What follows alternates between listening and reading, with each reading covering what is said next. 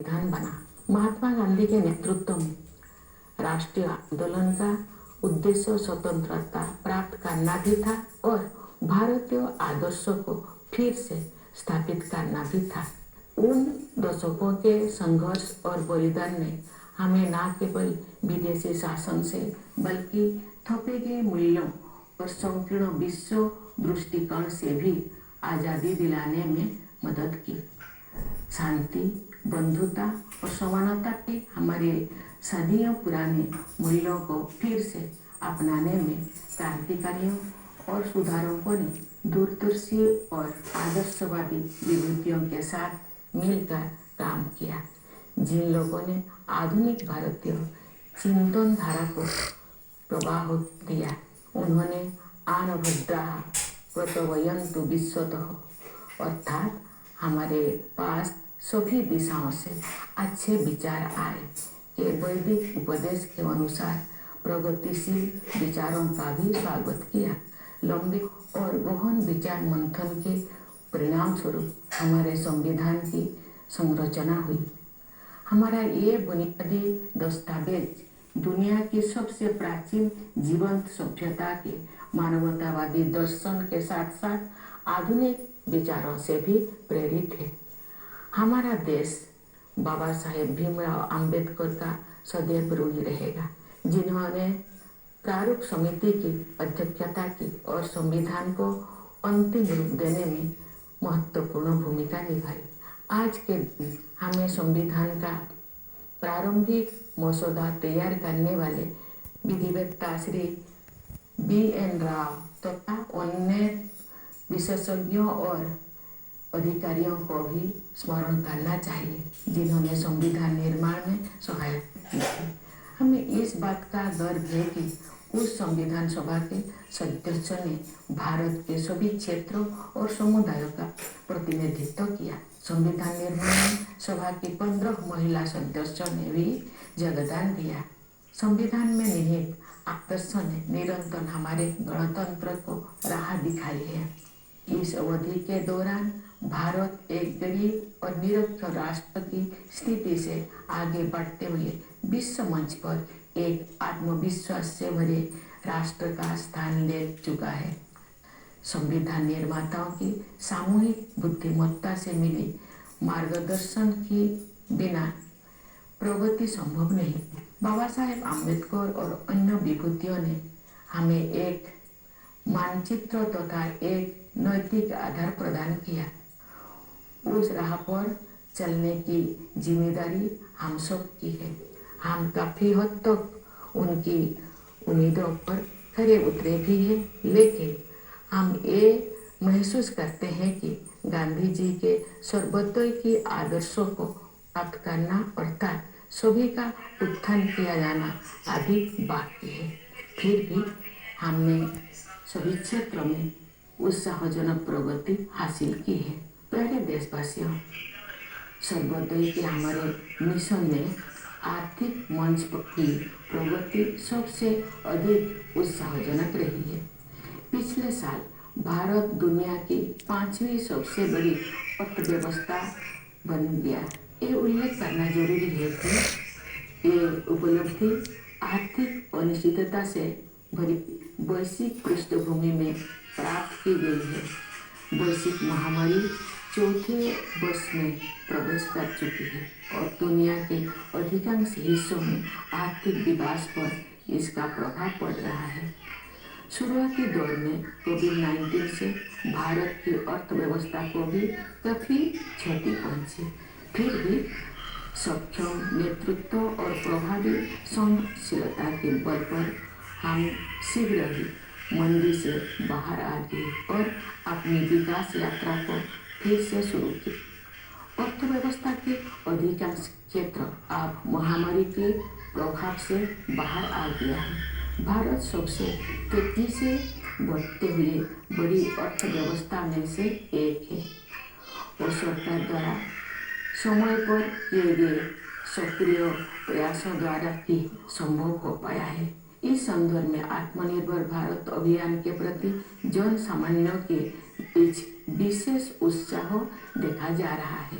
इसके अलावा विभिन्न क्षेत्रों के लिए विशेष प्रोत्साहन योजनाएं लागू की गई है।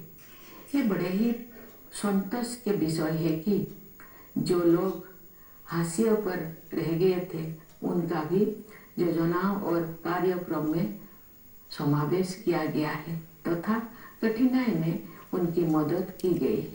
मार्च 2020 में घोषित प्रधानमंत्री गरीब कल्याण अन्न योजना पर अमल करते हुए सरकार ने उस समय गरीब परिवारों के लिए खाद्य सुरक्षा सुनिश्चित की जब हमारे देशवासी कोविड-19 की महामारी के कारण अकस्मात उत्पन्न हुए आर्थिक व्यवधान का सामना कर रहे थे।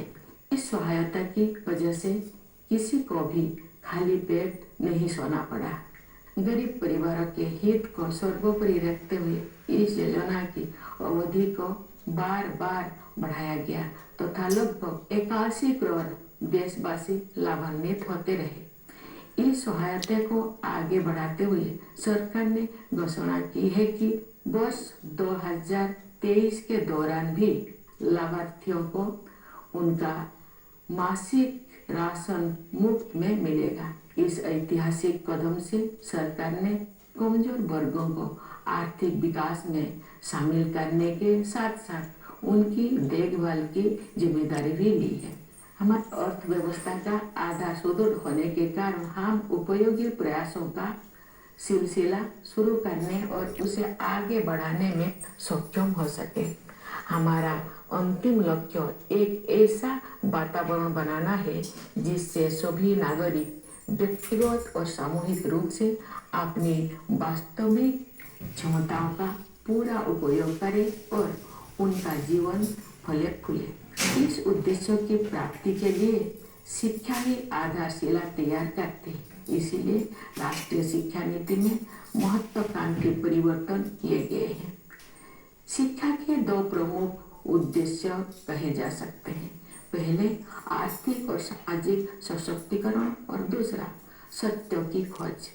राष्ट्रीय शिक्षा नीति इन दोनों लक्ष्यों को प्राप्त करने का मार्ग प्रशस्त करती है।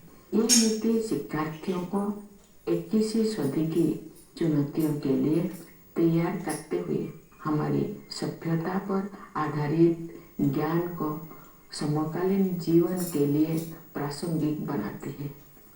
इस नीति में शिक्षा प्रक्रिया को विस्तार और गहराई प्रदान करने के लिए प्रौद्योगिकी की महत्वपूर्ण भूमिका को रेखांकित किया गया है। हमें कोविड-19 के शुरुआती दौर में ये देखने को मिला कि प्रौद्योगिकी में जीवन को बदलने की संभावनाएं होती है। डिजिटल इंडिया मिशन के तहत गांव और शहर की दूरी को समाप्त करके सूचना और संचार प्रौद्योगिकी को समावेशी बनाने का प्रयास किया जा रहा है। दूर दराज के स्थानों में अधिक से अधिक लोग इंटरनेट का लाभ उठा रहे हैं। बुनियादी ढांचे में हुए विस्तार की सहायता से सरकार द्वारा उपलब्ध कराए जा रहे विभिन्न प्रकार की सेवाएं लोगों को प्राप्त हो रहा है। हम विज्ञान और प्रौद्योगिकी के क्षेत्र में अपनी उपलब्धियों पर गर्व का अनुभव कर सकते हैं। अंतर प्रौद्योगिकी के क्षेत्र में भारत गिने चुने अग्रणी देशों में से एक रहा है। इस क्षेत्र में काफी समय से लंबित शोध किए जा रहा है और आप निजी उद्यमों को इस विकास यात्रा में शामिल होने के लिए आमंत्रित किया गया है। भारतीय अंतरिक्ष यात्रियों को ले जाने के लिए गगनयान कार्यक्रम प्रगति पर है। ये भारत की पहली मानवयुक्त अंतरिक्ष उड़ान होगी। हम सितारों तक पहुंचकर भी अपने पांव जमीन पर रखते हैं। भारत का मंगल मिशन असाधारण महिलाओं की एक टीम द्वारा संचालित किया गया था और अन्य क्षेत्रों में भी बहनों और बेटियां आप पीछे नहीं है। महिला सशक्तिकरण तथा महिला और पुरुष के बीच समानता आप केवल नारे नहीं रह गए हैं। हमने हाल के वर्षों में इन आदर्शों तक पहुंचने की दिशा में काफी प्रगति की है। बेटी बचाओ बेटी पढ़ाओ अभियान में लोगों की भागीदारी के बल पर हर कार्य क्षेत्र में महिलाओं का प्रतिनिधित्व बढ़ रहा है। राज्य की अपनी यात्राओं, शिक्षण संस्थानों के कार्यक्रमों और प्रोफेशनल्स के विभिन्न प्रतिनिधि मंडल से मिलने के दौरान मैं युवतियों के आत्मविश्वास से बहुत प्रभावित होती हूँ। मेरे मन में कोई संदेह नहीं है कि महिलाओं की आने वाले काल के भारत को स्वरूप देने के लिए अधिकतम योगदान देंगे। यदि आधी आबादी को राष्ट्र निर्माण में अपनी श्रेष्ठतम क्षमता के अनुसार योगदान करने की अवसर दिया जाए तथा उन्हें प्रोत्साहित किया जाए तो ऐसे कौन सा चमत्कार है जो नहीं किया जा सकता है। सशक्तिकरण की यही दृष्टि अनुसूचित जातियों और अनुसूचित जनजातियों सहित कमजोर वर्गों के लोगों के लिए सरकार की कार्य प्रणाली का मार्गदर्शन करती है। वास्तव में हमारा उद्देश्य न केवल उन लोगों के जीवन की बाधाओं को दूर करना और उनके विकास में मदद करना, बल्कि उन समुदाय से सीखना भी है। विशेष रूप से जनजातीय समुदाय के लोग पर्यावरण की रक्षा के लेकर समाज को और अधिक एकजुट बनाने तो कई क्षेत्रों में सीख दे सकते हैं। प्यारे देशवासियों, शासन के सभी पहलुओं में बदलाव लाने और लोगों की रचनात्मक ऊर्जा को उजागर करने के लिए हाल के वर्षों में किए गए प्रयासों की श्रृंखला के परिणाम स्वरूप आप विश्व समुदाय भारत को सम्मान की नई दृष्टि से देखता है। विश्व के विभिन्न मंचों पर हमारी सक्रियता से सकारात्मक बदलाव आज शुरू हो गया है। विश्व मंच पर भारत ने जो सम्मान अर्जित किया है उसके फलस्वरूप देश को नए अवसर और जिम्मेदारियां भी मिली हैं। जैसा कि आप सब जानते हैं, इस वर्ष भारत G20 देशों के समूह की अध्यक्षता कर रहा है। विश्व बंधुत्व के अपने आदर्श के अनुरूप हम सभी की शांति और समृद्धि के पक्षधर हैं। G20 की अध्यक्षता एक बेहतर विश्व के निर्माण में योगदान हेतु भारत को अत्यंत महत्वपूर्ण भूमिका प्रदान करती है। इस प्रकार G20 की अध्यक्षता लोकतंत्र और मल्टीलेटरलिज्म को बढ़ावा देने का अच्छा अवसर भी है और साथ ही एक बेहतर विश्व और बेहतर भविष्य को स्वरूप देने के लिए उचित मंच भी है।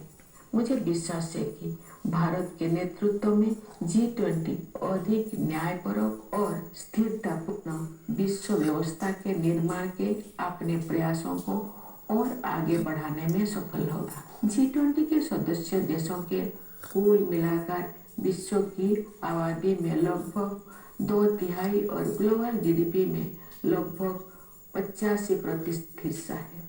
इसलिए ये वैश्विक चुनौतियों पर चर्चा करने और उनके समाधान के लिए एक आदर्श मंच है। मेरे विचार से ग्लोबल वार्मिंग और जलवायु परिवर्तन ऐसी चुनौतियां हैं जिनका सामना शीघ्रता से करना है। वैश्विक तापमान बढ़ रहा है और मौसम में बदलाव के चरम रूप दिखाई पड़ रहा है। हमारे सामने एक गंभीर दुविधा है। अधिक से अधिक लोगों को गरीबी से बाहर निकालने के लिए आर्थिक विकास जरूरी है, लेकिन इस विकास के लिए फॉसिल फ्यूल का प्रयोग भी करना पड़ता है। दुर्भाग्य से ग्लोबल वार्मिंग का सबसे अधिक कष्ट गरीब तबके के लोगों को सहन करना पड़ता है। ऊर्जा के वैकल्पिक स्रोतों को विकसित करना और लोकप्रिय बनाना भी एक समाधान है। भारत ने सौर ऊर्जा और इलेक्ट्रिक वाहनों को नीतिगत प्रोत्साहन देकर इस दिशा में सराहनीय कदम उठाया है। हालांकि वैश्विक स्तर पर विकसित देशों द्वारा टेक्नोलॉजी ट्रांसफर और वित्तीय सहायता के जरिए उभरती हुई अर्थव्यवस्थाओं को सहायता प्रदान करने की आवश्यकता है। विकास और पर्यावरण के बीच संतुलन बनाए रखने के लिए हमें प्राचीन परंपराओं को नई दृष्टि से देखना होगा। हमें अपनी मूलभूत प्राथमिकताओं पर भी पुनर्विचार करना होगा। परंपरागत जीवन मूल्यों के वैज्ञानिक आयामों को समझना होगा। हमें एक बार फिर प्रकृति के प्रति सम्मान का भाव और अनंत ब्रह्मांडों के सम्मुख विनम्रता का भाव जागृत करना होगा। मैं इस बात पर ध्यान आकर्षित करना चाहूंगी कि महात्मा गांधी आधुनिक युग के सच्चे भविष्य द्रष्टा थे, क्योंकि उन्होंने अनियंत्रित औद्योगिकरण से होने वाले आपदाओं को पहले ही भाप लिया था और दुनिया को अपने तौर तरीकों को सुधारने के लिए सचेत कर दिया था। अगर हम चाहते हैं कि हमारे बच्चे इस धरती पर सुखमय जीवन बिताएं, तो हमें अपनी जीवन शैली को बदलने की जरूरत है। इस संदर्भ में सुझाए गए परिवर्तन में से एक बदलाव भोजन से संबंधित है। मुझे ये जानकर प्रसन्नता हुई है कि संयुक्त राष्ट्र ने भारत के सुझाव को स्वीकार किया है और वर्ष 2023 को the international year of millets घोषित किया है। बाजरा जैसे मोटे अनाज हमारे आहार के मुख्य तत्व हुआ करते थे। समाज के सभी वर्ग उन्हें फिर से पसंद करने लगे हैं। ऐसे अनाज पर्यावरण के अनुकूल है, क्योंकि उनकी उपज कम पानी में ही हो जाता है। अग्रदूत प्रवासी भारतीयों का भी मैं अभिवादन करती हूँ। इस अवसर पर मैं उन बहादुर जवानों की विशेष रूप से सराहना करती हूँ जो हमारी सीमाओं की रक्षा करते हैं और किसी भी त्याग तथा बलिदान के लिए सदैव तैयार रहते हैं। देशवासियों को आंतरिक सुरक्षा प्रदान करने वाले समस्त अर्धसैनिक बलों तथा पुलिस बलों के बहादुर जवानों की भी मैं सराहना करती हूँ। हमारी सेनाओं अर्धसैनिक बलों तथा पुलिस बलों के जिन वीरों ने कर्तव्य निभाते हुए अपने प्राणों की आहुति दी है, उन सबको मैं सादर नमन करती हूँ। मैं सभी प्यारे बच्चों को उनके उज्जवल भविष्य के लिए हृदय से आशीर्वाद देती हूँ। आप सभी देशवासियों के लिए एक बार फिर मैं गणतंत्र दिवस की हार्दिक शुभकामनाएं व्यक्त करती हूँ। धन्यवाद। जय हिंद, जय भारत।